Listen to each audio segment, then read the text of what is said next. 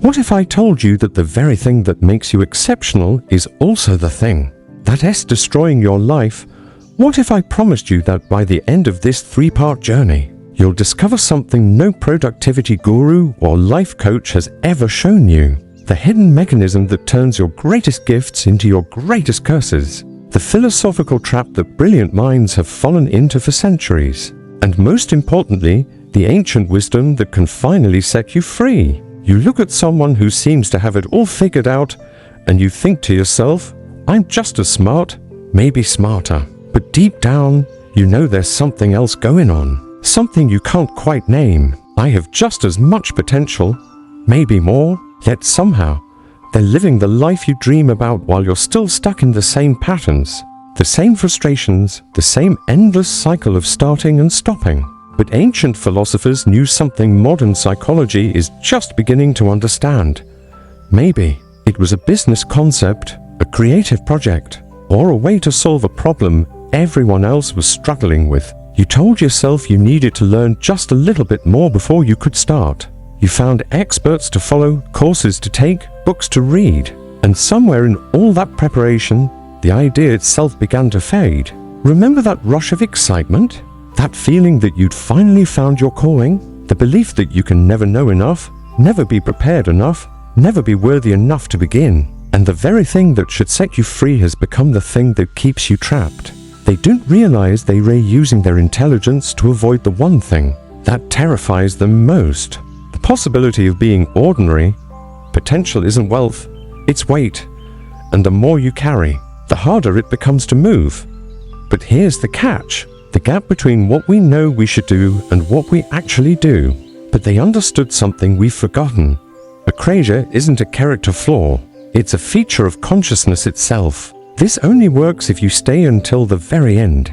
Every choice you make closes off infinite other choices. Every path you take means abandoning infinite other paths. You wait for the perfect moment, the perfect circumstances, the perfect version of yourself to finally emerge. And for a mind that thrives on possibility, this feels like death, because what I'm about to reveal will challenge everything you think you know about success, failure, and the human condition itself. We've all been there. You tell yourself it's just bad timing, or you need more resources, or the world isn't ready for your ideas. Here's what society won't tell you. The problem isn't that you lack talent or opportunity. The problem is that you have too much of both, and that abundance has become your prison. Most people think potential is like a bank account. The more you have, the richer you are. Aristotle called it the paradox of the unmoved mover. The idea that infinite possibility can create infinite paralysis.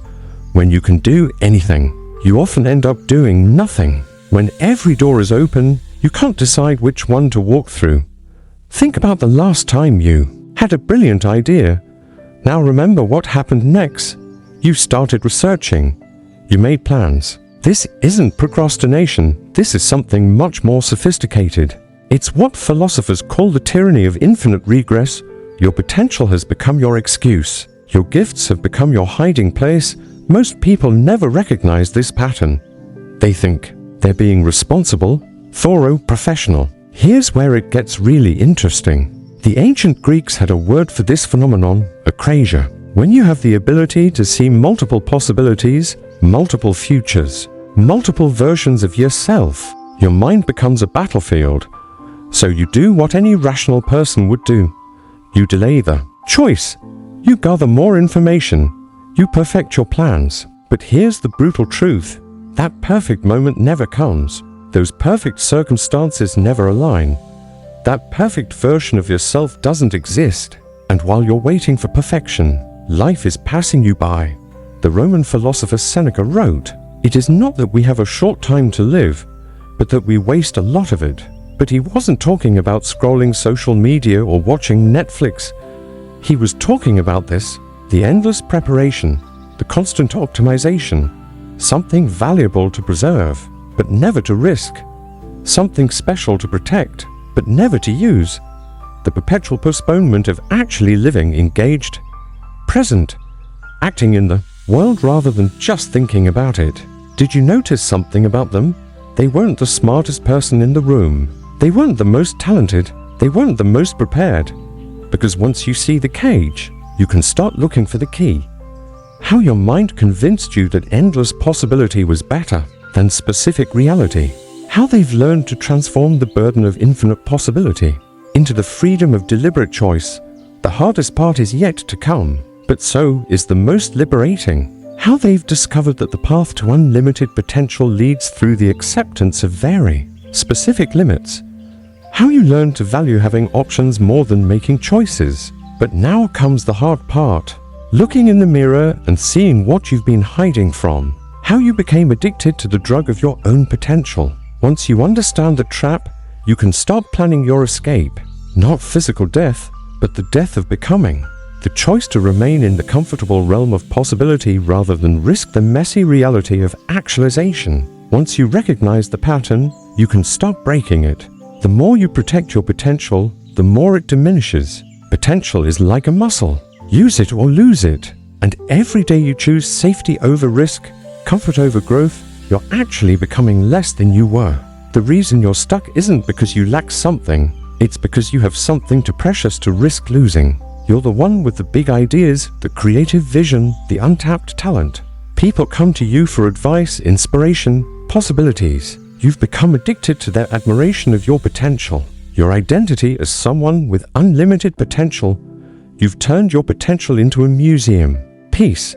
Something beautiful to admire, but never to touch. As long as you never fully commit to anything, you can always tell yourself that you could have been great at it if you tried. As long as you never test your limits, you can always believe they're limitless. As long as you never finish anything, you can always imagine it would have been perfect if you had. Your intelligence has become your prison. Your potential has become your excuse. And the cruelest irony of all, the more you protect your potential, the more it atrophies. Potential is like muscle tissue. Use it or lose it. While you were protecting your possibilities, they were creating their reality. While you were preparing to live, they were living. And every day you choose safety over risk, comfort over growth, you're actually becoming less than you were. Think about the last time you met someone who was truly alive. Not just successful, but alive. But they were doing something. They were risking something. They were becoming something. While you were busy being potential, they were busy being actual. This is the first mirror you must face. The recognition that your greatest strength has become your greatest weakness. But don't despair. This is just the beginning. In the next part, I'll show you exactly how this prison was built. But more importantly, I'll show you how others have broken free. If you're ready to stop being a prisoner of your own gifts, stay with me. Part 2, the golden cage of genius. You made it past the first part. That alone puts you ahead of most people. Here's the truth that no one wants to face. Think about it. Your potential has become your drug, and like any addict, you'll do anything to protect your supply. This is what Søren Kierkegaard called the sickness unto death. You've built an entire identity around being the person who could do anything. But here's the cruel irony. Let me paint you a picture. Imagine you're walking through a museum, and you come across a painting that's 90% complete. It's beautiful, masterful, clearly the work of a genius. But it's unfinished. There's a corner that's just blank canvas. Now imagine you meet the artist, and they tell you they've been working on this painting for 10 years. A masterpiece that's 90% complete. But that final 10% feels so terrifying that you'd rather spend eternity perfecting the parts that are already perfect. But there's a hidden cost to optionality. Every path you refuse to take is a version of yourself you'll never become. They keep adding tiny details, perfecting the shadows, adjusting the colors. But they never finish that last corner because they're afraid it won't live up to the rest of the painting. That's you. That's your life. The more choices you have, the less likely you are to choose anything at all. While you're busy protecting your potential, other people with less talent, less intelligence, less creativity, are actually doing the work. You're waiting for the right opportunity, the right city, the right circumstances. You don't start that exercise routine because you want to research the optimal program first. You don't change your diet because you want to understand the science completely. They would imagine everything going wrong, not to be pessimistic, but to be prepared. But you've twisted this practice into something else entirely. You've become so good at imagining all the ways things could go wrong that you've forgotten how to imagine them going right. You don't address your mental health because you want to find the perfect therapist, the perfect approach, the perfect moment when you're ready. But here's what you're actually doing. You're choosing to choose nothing, and that's still a choice. Every decision feels like it will determine whether you live up to your potential or waste it. Completion is, progress is, becoming is. The Japanese have a concept called wabi-sabi, the beauty of imperfection. The idea that flaws and impermanence are not obstacles to beauty, but essential components of it. Every action feels like it needs to be perfect because you are capable of perfection. It's just the choice to let life happen to you instead of making life happen. So you live like a tourist in your own life, never fully present, never fully committed. They just need to be yours. Part where I show you how to break free from the prison of your own potential and finally become the person you were always meant to be. The part where philosophy becomes practice, where insight becomes transformation, where potential finally becomes reality. You keep people at arm's length because deep down, you believe you deserve someone extraordinary. You're actually closing off the most important option of all, the option to live. They'll go back to their comfortable world of endless possibility, endless preparation, endless someday. But if you're still here, if you're ready to face the truth about your own patterns, then you're ready for the final part. You're experiencing what psychologists call learned helplessness, but in reverse. Instead of learning that you can't control anything, you've learned that you can control everything. So you're paralyzed by the weight of infinite responsibility. Someone who matches your potential. So you never fully invest in the people who are actually in your life. You're always looking for the upgrade, the perfect match, the person who will finally be worthy of your gifts. They're failing, learning, growing, succeeding. Because it's not just about career choices or creative projects. This pattern infiltrates every aspect of your life. But you're not attached to material things or even to success. You're attached to the idea of yourself as someone who could succeed at anything. You're attached to your own potential. They're becoming who they're meant to be while you're still deciding who you might become. The philosopher Nassim Taleb calls this optionality. The idea that keeping your options open is more valuable than choosing any particular option.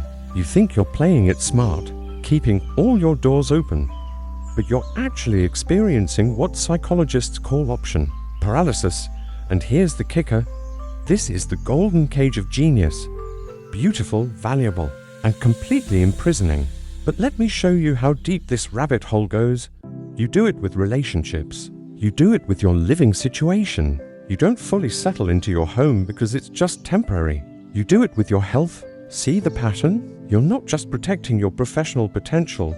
You're protecting your entire existence from the messiness of actually living it.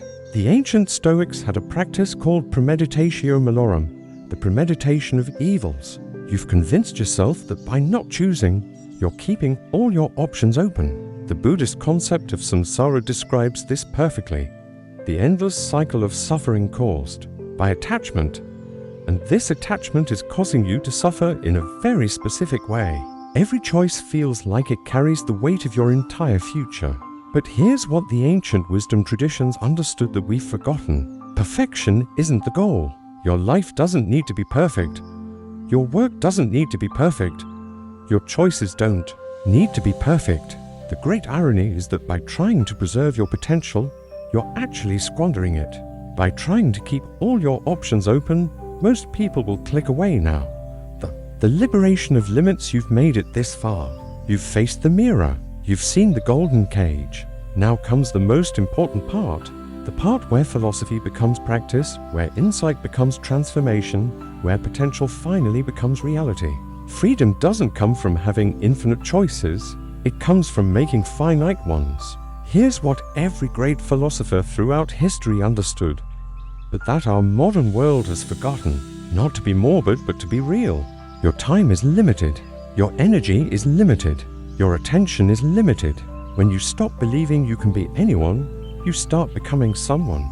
The idea that expertise is the enemy of growth, that the more you know, the less you're able to learn. You've studied so much, planned so much, imagined so much, that you've lost the ability to be a beginner. And beginners are the only ones who actually begin. That the more you achieve, the less you're able to risk. And that's not a curse, that's a gift. You're going to produce work that's imperfect, incomplete, embarrassing. And you're going to do it anyway. The ancient Stoics had a concept called memento mori. Remember, you will die. It will whisper that you're wasting your potential on something beneath you. But here's the secret. You don't have to believe it. You just have to notice it. You can't get from one to the other without crossing through the uncomfortable middle ground of actually trying. Not until you're perfect. Just 90 days. Long enough to get past the initial resistance, but short enough that your potential protecting mind won't panic. Because when you truly accept your limitations, you stop trying to do everything and start focusing on what matters. This is the great paradox of human existence. Not because you feel like it, but because you committed to it. You're going to say thank you for protecting me, but I've got this. And then you're going to take one small action anyway. Not because you're guaranteed to succeed, but because you're willing to fail. Not just the external results, but the internal transformation. Because understanding these stages will help you navigate them when they inevitably arise. Every day, you're going to write down 3 things. This stage doesn't last. This is where most people quit. The initial excitement wears off. The work becomes routine. You start to see the gap between where you are and where you want to be. Your old patterns will reassert themselves with a vengeance. This is just the resistance trying to pull you back into the comfort zone of infinite possibility, where the work becomes a part of who you are rather than something you do, where you realize that you're not just developing a skill or completing a project.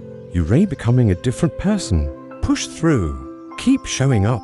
Keep doing the work. Even when it feels pointless, you'll be amazed at how good it feels to finally be doing something. Your friends will notice. Your energy will increase. They'll realize that the goal was never to achieve their potential, that there is no perfect moment, no perfect plan, no perfect version of themselves waiting to emerge. The Stoic Emperor Marcus Aurelius wrote in his personal journal, "You have power over your mind, not outside events. Realize this, and you will find strength. There is only this moment, this choice, this opportunity to act." It was to transcend it, to become not the person they could be, but the person they choose to be, one decision at a time. You'll wonder why you waited so long. Your mind will offer you every excuse in the book. It will tell you that you've learned enough, that you can stop now, that you were right to be cautious all along. The person you actually are doesn't need unlimited potential because they're too busy creating unlimited reality. You can go back to the comfortable world of endless possibility, or you can choose another specific path and walk it with the same commitment. They'll tell themselves they've learned what they needed to learn, that they can go back to preparing and planning and optimizing. Not because you have all the answers, but because you're ready to find them. The path to unlimited potential leads through the acceptance of very specific limits. Let me tell you about a concept from Eastern philosophy called beginner's mind, something you've been thinking about, planning for, preparing for, something that scares you because it matters. Your potential has made you an expert before you've even begun. So, here's your first assignment. Choose one thing, not 10 things, not 5 things, one thing. You're excavating the person you actually are from beneath the layers of the person you think you should be. Choose it not because it's perfect, but because it's yours. Now, here's the hard part. You're going to commit to this one thing for exactly 90 days. Not forever. During these 90 days, you're going to do something revolutionary. You're going to be bad at something. You're going to make mistakes. Why? Because mediocrity is the bridge between potential and mastery. Here's what will happen. Your mind will revolt. It will tell you this isn't good enough, that you need more time, more resources, more preparation. This is what the Buddhists call monkey mind, the constant chatter of doubt, fear, and distraction. Every time that voice starts talking, you're going to do something simple. One email, one phone call, one paragraph, one sketch, one conversation. This is how you train your mind to value progress over perfection, action over analysis, becoming over being. But here's the most important part. You're going to track your progress. 1. What did I do today that moved me forward? 2. What resistance did I feel and how did I handle it? 3. What did I learn about myself that I didn't know yesterday? This isn't just journaling. This is archaeological work. And here's what you'll discover. The person you actually are is far more interesting, capable, and resilient than the person you've been protecting. Now, let me tell you about the 3 stages you'll go through during this transformation. Stage 1 is what I call the honeymoon of action. The first few days or weeks will feel incredible, but don't get comfortable. Stage 2 is the valley of disillusionment. This is the make or break moment. This is where you discover whether you're serious about change or just in love with the idea of change. Don't listen, because on the other side of this valley is stage 3, the emergence of mastery. This is where everything clicks. A person who acts, a person who finishes things, a person who turns ideas into reality. But here's the crucial part. After 90 days, you'll face a choice. Most people will choose comfort. They'll take their newfound insights and use them to build a more sophisticated prison. But a very few, will choose the harder path, the path of continuous becoming. These are the people who understand that life is not a dress rehearsal. Let me share with you the final piece of ancient wisdom that will tie everything together. But I want to extend this. You have power over your choices, not your circumstances. You have power over your actions, not your feelings. You have power over your commitment, not your motivation. The psychological insights have shown you the patterns. Your potential has been holding you hostage because you've been waiting for the right feelings, the right circumstances, the right moment. But action creates motivation, not the other way around. Movement creates momentum, not the other way around. Choice creates clarity, not the other way around. This is your moment, your choice, your chance to step out of the golden cage of your own potential and into the messy, beautiful, terrifying reality of actually living. The philosophers have given you the map. The ancient wisdom has lit the way. Now it's up to you to take the first step. The blueprint, your 90-day liberation protocol. Here's your concrete action plan. Not theory, not inspiration, a practical blueprint for transforming potential into reality. Week 1 to 2, the choice. Choose one specific project, skill, or goal. Define what done looks like, not perfect. Just complete. Remove all other options from consideration for 90 days. Tell 3 people what you're committing to week 3 for. The resistance. Expect your mind to revolt. Document every excuse, fear, and distraction. Develop your thank you.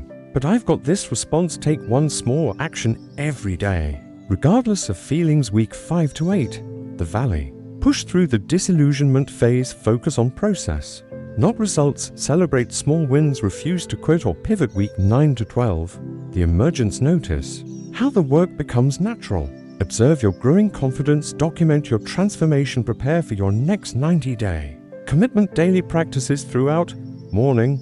Choose your one action for the day. In the comments below, share the one thing you're going to commit to for the next 90 days. Because the greatest irony of all is that the path out of isolation leads through connection. The path beyond your individual potential leads through our collective courage. Not your biggest dream, not your ultimate goal, just the one specific thing you're going to start. Often translated as happiness, but really meaning the good life. Not pleasure, not comfort, but the deep satisfaction that comes from becoming who you were meant to be. Evening. Complete your 3 reflection questions, not in some distant future when you're finally ready, but right now, in this moment. In this choice, weekly, review your progress and adjust your approach. Not just what you achieve, but who you become in the process of achieving it. Monthly, assess your internal transformation. Remember, this isn't about achieving some external goal. It's about becoming the kind of person who turns potential into reality. It is about breaking free from the prison of infinite possibility and stepping into the freedom of deliberate choice. Your potential has been waiting long enough. It's time to set it free.